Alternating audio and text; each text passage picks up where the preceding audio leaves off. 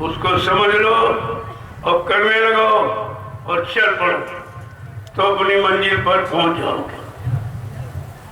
कहा था बच्चा, जब मेरी संगत बढ़ेगी मैं एक छोटी सी लीला, छोटा सा खेल करिश्मा करूंगा।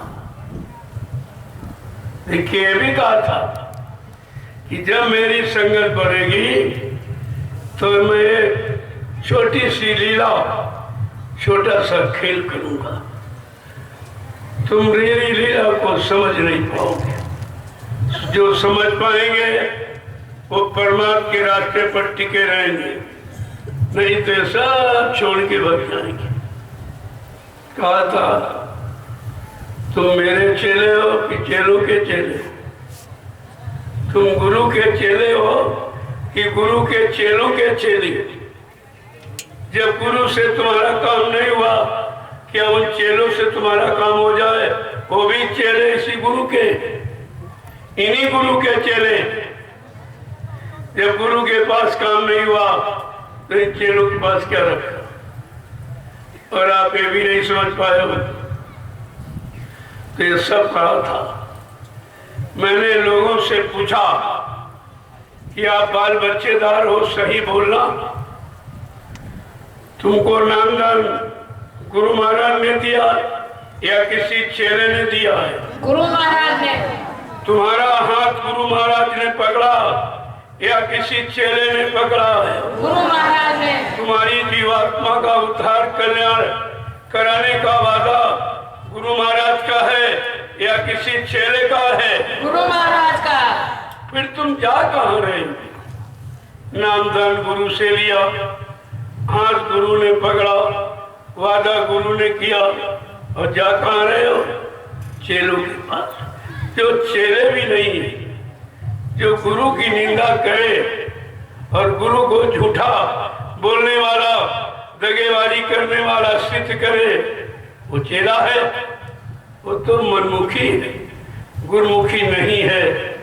तुम्हें भी पहचान नहीं कर पाए कौन मनमुखी कौन गुरुमुखी। अगर ये जान जाते, समझ लेते, तो इतनी बड़ी भूल आप नहीं करते जो आप कर बैठे हो। गुरु पार करेगा कि चेला पार करेगा? अगर चेले पार कर देते तो गुरु को आने की जरूरत ही क्या थी? गोस्वामी जी महाराज ने रामचरितमानस में स्पष्ट किया कि बिन गुरु भाव निधि तरह ना कोई, जो विराची इस शंकर सम होई। गोस्वामी महाराज क्या कहते हैं? बिना गुरु के कोई भवसागर पार नहीं जा सकता। ब्रह्मा विष्णु महादेव के समान धर्मान बलवान कीर्तिमान यशमान क्यों न बन जाए, लेकिन भवसागर बगैर गुरु के पार नहीं जाए। कौन सा गुरु? जिसके पास नाम नौका हो, तभी तो बिठाएगा और जीवात्मा को घर पहुंचाएगा। कितना साफ संदेश आपको दिया गया, लेकिन आपने गुरु की एक भी बात नहीं पकड़ी और सब बेचारे बहे गए, सब के सब बहे गए। 45 करोड़ चेलों को बाबा जी ने सतपथ के रास्ते पर लाके खड़ा किया, संसारी भोगों से निकाल कर आपको सतपथ के रास्ते पर लाके खड़ा किया। कितने वर्ष लगे? 60 वर्ष। 10 जुलाई 1952 से 2012, ये 60 साल आपको समझाते रहे, चिताते रहे, जगाते रहे। घूम घूम कर बाबा जी ने हिंदुस्तान का कोई प्रांत, कोई जिला, तहसील, ब्लॉक, शहर, कस्बा, गली गांव कुछ छोड़ा नहीं, जहां पर समय की आवाज न लगाई, जगाए प्रभु नाम की जानकारी न दी, आने वाले सतयुग और जाने वाले कलयुग की बात आपको न बताई। ये सब बताने के बावजूद भी तुम्हारी समझ में नहीं आया। क्या कोई कलयुग को भगा सकता है? ऐसा कोई भूमंडल पर है जो कलयुग को भगा दे और सतयुग को ला दे। ये काम किसी इंसान के बस का नहीं। तभी बाबा जी ने कहा था, मैं परिवर्तन करने आया हूँ, परिवर्तन करके ही जाऊंगा। जय गुरुदेव। माई का कोई लाल ये मेरा काम न रोक सकता न कर सकता। कितनी बड़ी बात कही थी। कोई माई का लाल न परिवर्तन कर सकता है न हमको परिवर्तन से रोक सकता। बात आपको समझनी चाहिए। ये कितना बड़ा चैलेंज है। सारी प्रकृति को, सारी सृष्टि को, सारे भूमंडल को, देश दुनिया को जिसने चैलेंज कर दिया, क्या वो साधारण शक्ति है? आपको सोचना चाहिए था। लेकिन विचार पहले तुम्हारे अंदर को विचार आ गया तो विचार वहां कैसे ठहरेगा? सुविचार कुविचार का जोड़ नहीं है। एक साथ जैसे सूरज चांद एक साथ नहीं रह सकते, रात और दिन एक साथ नहीं रह सकते, ऐसे धर्म धर्म एक साथ नहीं रह सकता। इसी धर्म के लिए ये धार्मिक धरा जिस पर आप बैठो, जहां आप बैठे हो आज, ये 88,000 ऋषियों की तपोभूमि, कितनी बड़ी संख्या ऋषि मुनियों की रही और यहाँ पर आके हजारों वर्ष उन्होंने तपस्या किया, इस भूमि को पावन पवित्र बना दिया। और गोस्वामी जी महाराज ने रामचरितमानस के उत्तरकांड में सब लिखे बताया कि तीर्थवर नेमिष विख्याता अति पुनीत साधक सुखदाता। ये नैमिषारण तीर्थों का राजा है, पावन पुनीत है, लेकिन कहते हैं इसका लाभ किसको मिले? क्या पंडा पुजारियों को, पूजा करने वालों को, कागज पत्थर कैलेंडर में आस्था विश्वास रखने वालों को? उन्होंने साफ कहा है साधक सुखदाता, कि जब किसी संत के साधक नाम की साधना करेंगे उनको इस 88,000 ऋषियों की तपस्या का लाभ मिलेगा। कितने गांव बस गए इसी भूमि पर, लेकिन ये राज नहीं सोच पाया कि लाभ किसको मिलेगा। कितने शहर कस्बे बस गए, लेकिन आज तक कोई इस लाभ को नहीं जान पाया जो रामचरितमानस के उत्तरकांड में गोस्वामी जी महाराज ने लिखा। ऐसा आज नहीं, 550 वर्ष पहले ये जानकारी आपको दी जा रही। इसको विश्व प्रसिद्ध ग्रंथ माना गया। सभी विश्व के लोग रामचरितमानस की मान्यता करते हैं, क्योंकि इसमें राजनीति और धर्म नीति, परिवार नीति और यानी सत्य नीति और प्रेम नीति इसमें सब समाई हुई। यह नीति का ग्रंथ है। एक कागज के पैर छूने से कुछ नहीं देगा। कागज तो जड़ है और तुम्हारे अंदर चेतन जीवात्मा। तुम्हें तो चेतन चाहिए। जब तक इंसान बोलता है तब तक आप उसकी कदर करते हो। बड़े बड़े पद, डिग्रियां और मतलब सब अधिकार देते हो, लेकिन जिस दिन परमात्मा अपनी चेतन जीवात्मा को इस मनुष्य मंदिर से निकाल लेता है, उसी दिन ये शरीर बेकार हो जाता। फिर उसको कोई नहीं रखता। घर का, परिवार का, आते नाते रिश्तेदार कोई रखना स्वीकार नहीं करते। कहते जल्दी करो कि घर से बाहर ले जाओ, इसको मतलब जला दो, गड्ढा खोद के गाड़ दो या बालू बांध के फेंक दो। ये तुम्हारी नाकदरी क्यों होती? ये निरादर क्यों करते? क्या कारण? शरीर तो अभी वही है जो पहले था। क्या चीज इसमें हाथ, पैर, नाक, कान, आंख सभी तो मौजूद है, फिर लोग नफरत क्यों करते हैं? कहते हैं वो बोलने वाला चल गया, जो बोलता था वो चला गया। कहा बोलता कौन था? कहते हैं जीवात्मा। तब तो लोगों की समझ में जीवात्मा के बारे में, यहाँ जीवात्मा के बारे में कोई जानकारी नहीं थी। न सज्जू, न त्रेता, न द्वापर। 5,500 वर्ष कलयुग के निकल गए, लेकिन जीवात्मा की जानकारी किसी ने बताई नहीं। ऐसा मालूम गया, या तो इनको मालूम नहीं था, या ये राज भेद खोलने का अधिकार नहीं था। कोई न कोई बात तो जरूर रही। तो आपको पूजा पाठ से जोड़ा गया। 3 युगों से आप पूजा पाठ कर रहे हो, अब भी कर रहे हो। जिसकी पूजा करते हो वो तुमको मिला। मैं आपसे ये पूछता हूँ, जिसकी तुम पूजा करते हो वो मिला? वो कभी बोला कुछ, उसने आपको आशीर्वाद कुछ दिया, आपको वरदान? कुछ नहीं। ये बताओ, जब तुम कोई काम करते हो, मान लो सपोज आप खेती करते हो, अगर उत्पादन ना हो तो खेती करोगे। व्यापार करते हो, अगर मुनाफा ना हो तो व्यापार करोगे। नौकरी करते हो, अगर तनख्वाह वेतन ना मिले तो नौकरी करोगे।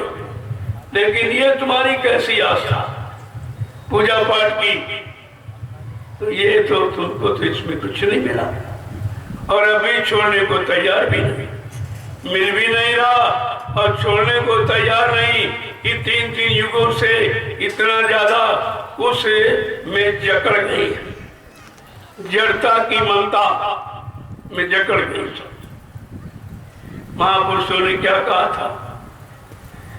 जब कोई संत महापुरुष मिलेगा वो नाम की युक्ति देगा, क्योंकि जीवात्मा नाम के सहारे मृत्युलोक में आई थी और काल ने मिलकर नाम डोर छीन ली। अब बेचारी नित्य हो गई, अब जाए तो कैसे जाए? तब से वो फंसी पड़ी है, आज तक निकल नहीं पाई। और फिर यहाँ के लोगों ने यहीं पर रहने के कर्म तुमको सिखाए। पूजा करो, पाठ करो, तीर्थ करो, व्रत करो, हवन जब गंगा स्नान जब शरीर इंद्रियों से करोगे तो शरीर इंद्रियों को लाभ मिलेगा, और आत्मा से करोगे तो आत्मा को लाभ मिलेगा। बिल्कुल सीधा सिद्धांत कि शरीर इंद्रियों से पूजा पाठ, तीर्थ, व्रत, दान, वन जब गंगा स्नान करोगे तो मान मिलेगा, सम्मान मिलेगा, सामान मिलेगा। अगर आत्मा से भजन करोगे तो भगवान मिलेगा। ये भगवान पाने वाला, वो सामान पाने वाला। चाहे दोनों कर लो, चाहे एक को कर लो। महापुरुषों ने किसी रास्ते का निरादर नहीं किया। का 2 रास्ते हैं, शरीर इंद्रियों का और आत्मा का। क्योंकि शरीर के अंदर जो चेतन शक्ति, ऊर्जा, ताकत, उस आत्मा ही है। आप समझते हो रोटी सब्जी खा के जीवित रह रहे, और मंत्रवाणी दूध मक्खन मलाई खाकर जब शरीर से जीवात्मा निकल जाती है, तब शरीर में दूध मक्खन डालो, ये खड़ा होगा? ये खाएगा? अरे ये जड़ पदार्थों का प्रयोग जब तक करेगा तब तक चेतन जीवात्मा परमात्मा के अंदर में रहेगा, तब ये जड़ पदार्थों का प्रयोग भी करेगा। नहीं तो दुकान मकान सब डिग्री डिप्लोमा सब खत्म, प्रधान प्रधानमंत्री सब, एक नाम तुम्हारा रह जाएगा मुर्दा और मिट्टी। सारे नाम समाप्त हो जाते। जैसे जीवात्मा निकली शरीर से, उसके निकलते ही तुम्हारे सारे नाम, सारे पद, जात यानी सब चीज समाप्त हो जाती है। तो वो कौन सी ऐसी चीज जिसके निकल जाने के बाद हमारा सब कुछ बेकार हो जाता? वो है परमात्मा की चेतन जीवात्मा। जीवात्मा के बारे में किसी ने बताया आपको? जिनके पास गए वो खुद ही नहीं जानते। वो तुमको शारीरिक कर्मों में लगाए रहे, और शरीर नाशवान है, एक दिन खत्म हो जाएगा, तो तुम्हारा किया जरा सब यही रह जाएगा। ये मकान बंगला बनाया, कार मोटर खरीदी, रुपए पैसे इकट्ठे, पद पत्नी बाल बच्चे, ये सब यहीं पर छूट जाएंगे, तुम्हें अकेला जाना हो। क्यों? माँ के गर्भ से हम अकेले और नंगे ही आए। हमारे आने की ये स्थिति और यही जाने की स्थिति। परिवार के लोग कपड़े रखते सब उतारे, एक कफन, नफरत का पर्दा जिसे कफन कहते हो, उसको डालेंगे। कहते बस इसके कफन डालो, इसका चेहरा देखा नहीं जा रहा, बहुत भयानक लग रहा, जल्दी करो, इसके घर से निकालो और ले जाओ शमशान भूमि। बीच में कहीं मत रखना, सीधे शमशान भूमि ले जाओ और लकड़ियों पर नंगा रखकर जला के राख। नंगे पैदा नंगे जा रहे। फिर ये सजावट कहाँ चली गई? जिस शरीर की सजावट खिलाने पिलाने में, सजाने में सारा जीवन आपने बर्बाद कर दिया और शरीर ने तुम्हारा साथ नहीं दिया, उसने भी जवाब दिया, वो भी जला गया। तुमने आज तक यही नहीं समझा है कि हमारा क्या है। अगर आपसे पूछा जाए तो कौन, तो तुम बता सकते, शरीर का नाम बता दोगे, लेकिन एक तो नाम रखा गया है नहीं। ये तो बोलचाल की भाषा और पहचान के लिए माँ बाप ने रख दिया, लेकिन जीवात्मा का तो कोई नाम नहीं, उसका तो नाम आत्मा ही। वो चाहे हिंदू के शरीर में, चाहे मुसलमान के, ये तो आपने बना दिया। परमात्मा खुदा ने न कोई जाति बनाई, न मजहब बनाया, न कोई धर्म बनाया, न छोटा बड़ा गरीब अमीर बनाया। ये सब कर्मानुसार, जैसे आपने कर्म किए उसी के अनुसार आपको फल मिला। यहाँ दे कोई नहीं सकता, लेकिन लेने की युक्ति बताई जा सकती है कि आप अगर लेना चाहते हो तो इस युक्ति से ले लो। इसीलिए कहा है, जब तक संत मिले नहीं तुमको, पड़े रहोगे अघ में, इसी काल माया के अंधकार देश में पड़े रहोगे जब तक तुमको सदगुरु नहीं मिलेगा। सदगुरु का मतलब समझते हो? गुरु अलग है, सदगुरु अलग। गुरु माने ज्ञान कराने वाला, मान सम्मान दिलाने वाला, रात पार धन दौलत मान सम्मान बाल बच्चे पद पदवी दिलाने वाला, इतिहास बनाने वाला और पूजा कराने वाला। लेकिन तुम्हारी जीवात्मा का कल्याण नहीं होगा, जिसके लिए ये मानव शरीर आपको मिला। अभी तक तुम यही नहीं समझ पाए हो कि मानव शरीर हमको भगवान ने क्यों दे दिया। उसके बाद बहुत से शरीर थे। जब 4,84 लाख योनिया यानी विश्व शरीर है, तो किसी शरीर में आपको भेज सकता था, लेकिन मानव अनमोल मंदिर क्यों दिया? ये मंदिर है, सच्चा मंदिर, इसको भगवान ने अपने हाथ से बनाया। चित जल पागल गगन समीरा, पंच तत्व या रचित शरीरा, का जल पृथ्वी अग्नि भाजपा का, इन 5 मसालों को मिलाकर विचित्र कारीगरी से भगवान ने इस मनुष्य मंदिर को अपने हाथ से बनाया। तो मैं आपसे ये पूछ रहा हूँ कि भगवान तुम्हारे बनाए वाले में रहेगा कि अपने में रहेगा? जो तुमने ईंट पत्थर का बनाया उसमें कभी भगवान मिला? कोई बता दे, कोई पंडा पुजारी, मुल्ला मौलवी, ग्रंथी पादरी, कोई बता दे कि मंदिर में, मस्जिद में, गिरजाघर गुरुद्वारों में कोई भगवान खुदा घाट, कोई देवी देवता तक मिला आपको? फिर वहां क्या करें? यही पढ़ लिख करके भी नहीं समझ पाए कि हमें यहाँ कुछ नहीं मिल रहा, तो हमारा यहाँ रहने का मतलब क्या? हम तो उस काम को करते हैं जिसमें कोई लाभ मिले। लाभ की इच्छा से सभी करते हैं, लेकिन जो तुमने पूजा पाठ किया इसमें कौन सा लाभ? जबकि धर्मशास्त्रों ने स्पष्ट कहा है, ना हम बसामी वैकुंठे योगिना हृदय न चा मम भक्त्वा यत्र गायन्ति तत्र तिष्ठामि नारदा। हे नारद, मैं यहाँ कहीं नहीं जा, तुम उसको ढूंढ रहे, न कागज में, न पानी में, न पत्थर, मैं तो तुम्हारे सबके अंदर आत्मा रूप में बैठा। आत्मा ये परमात्मा का अंश, यानी अंश रूप में हम सबको परमात्मा मिला हुआ, लेकिन अंश ये अंशी को कैसे प्राप्त करेंगे? जैसे उदाहरण के लिए गंगा की बूंद आप ले आए हथेली पर रखे और सब कहेंगे गंगा की बूंद, तो गंगा भी चली जाए। अब ये जा नहीं सकते, क्यों? गंगा से अलग हो गए, विच्छेद हो गया, अब ये जा नहीं सकते। हाँ, अगर कोई गंगा नहाने वाला रोज जाता है तो उसको दे दीजिए, तो बूंद जब गंगा में डाल देगा तो गंगा ही हो जाएगी, फिर बूंद का अस्तित्व समाप्त हो जाता, वो गंगा ही हो जाए, फिर डाली हुई बूंद आप निकाल नहीं सकते, लय हो जाएगी, समा जाएगी। इसी तरह जब तक आत्मा शरीरों में है तब तक ये आत्मा है।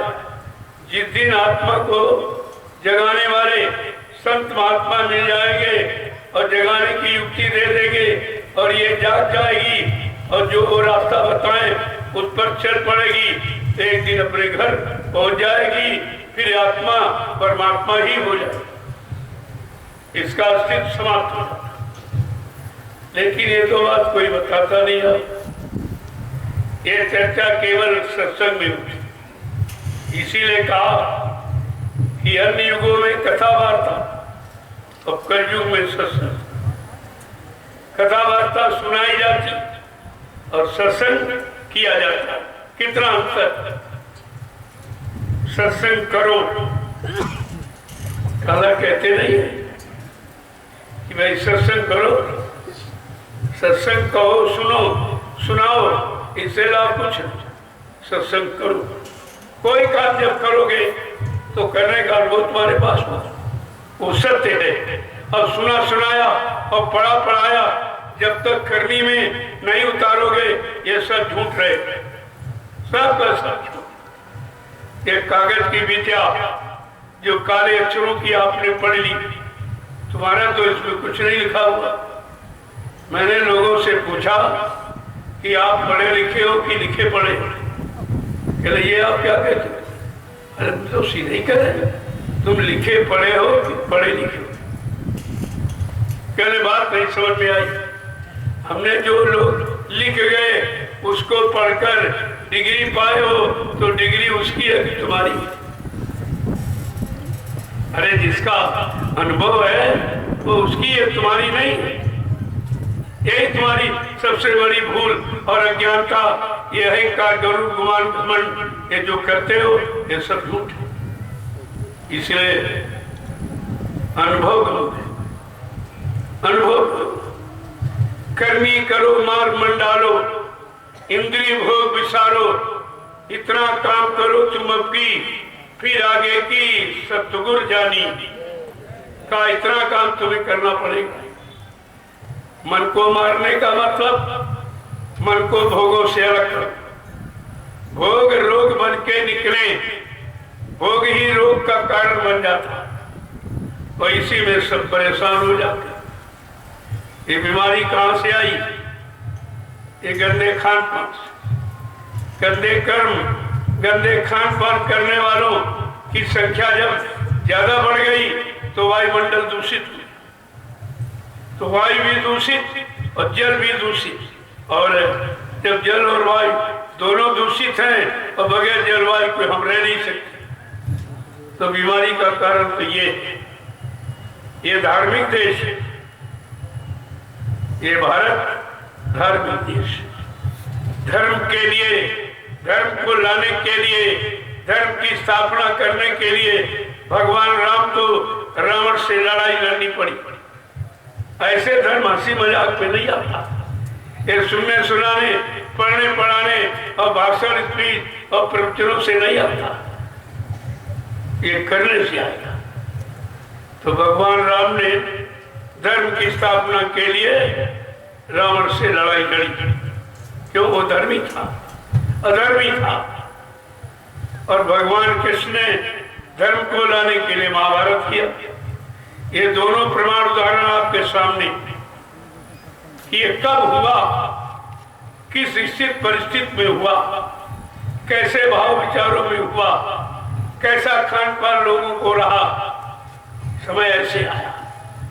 तो बड़े साफ शब्दों में लिख दिया कि जब जब हो ये धर्म की हानि और बढ़े आंसू रे अधम अभिमानी कि तब तब प्रभु इधरी मनुज शरीरा और हरहि कृपा निधि सज्जन पीरा। कहते जब धर्म की हानि हो, और गीता भी यही बार बार दोहरा रही कि यदा यदा ही धर्म ग्लानिर्भवति भारत अभ्युत्थानम धर्मस्य तदात्मानं सृजामि। सब धर्म की बात कर रहे, कर्म की बात कोई नहीं कह रहा कि धर्म की हानि हुई, धर्म की। अरे कर्म अच्छे कर्म करो, धर्म माने व्यवस्था। किसी विद्वान से आप पूछो तो धर्म की परिभाषा नहीं बता पाएंगे। अगर कहो धर्म क्या है तो कहेगा पूजा करो, पाठ करो, तीर्थ करो, व्रत करो, अमन जप जपे, गंगा स्नान करो। अरे करो माने कर्म और धरो माने धर्म, जो धारण किया जाए, अपने जीवन में उतारा जाए और उससे जो लाभ मिले उससे धर्म करते।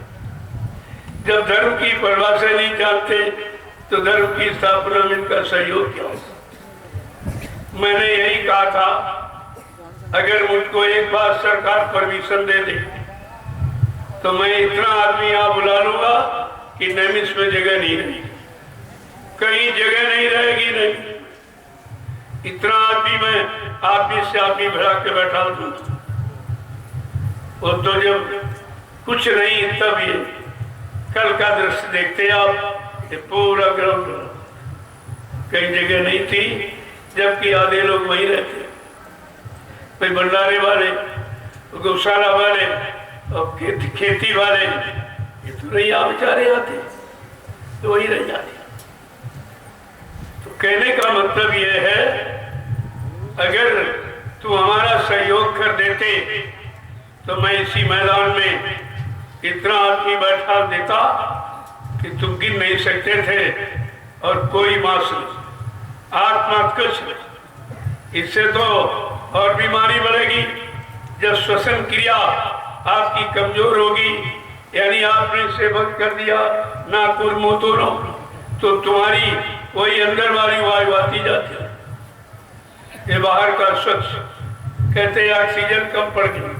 हिंदुस्तान में ऑक्सीजन कम, जहाँ नदियां बह रही और वन और पर्वत पहाड़, जहाँ पर सब कुछ है, वहां पर ऑक्सीजन की क्या।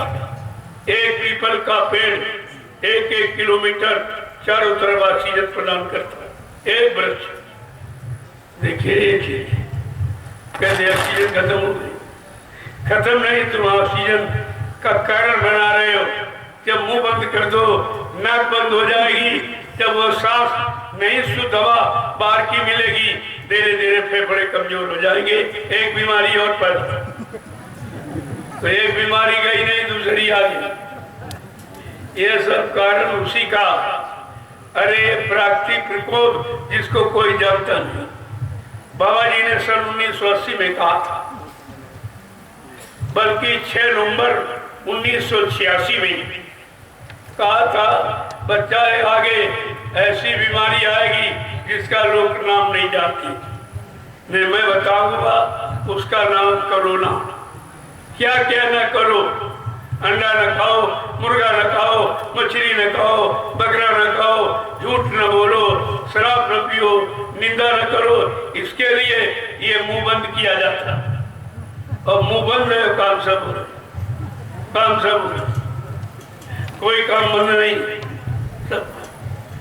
तो कैसे कुछ बनेगा जब बिगाड़ पर बिगाड़ हो रहा, संभाल की तुम्हें मालूम नहीं, कैसे संभाल करोगे।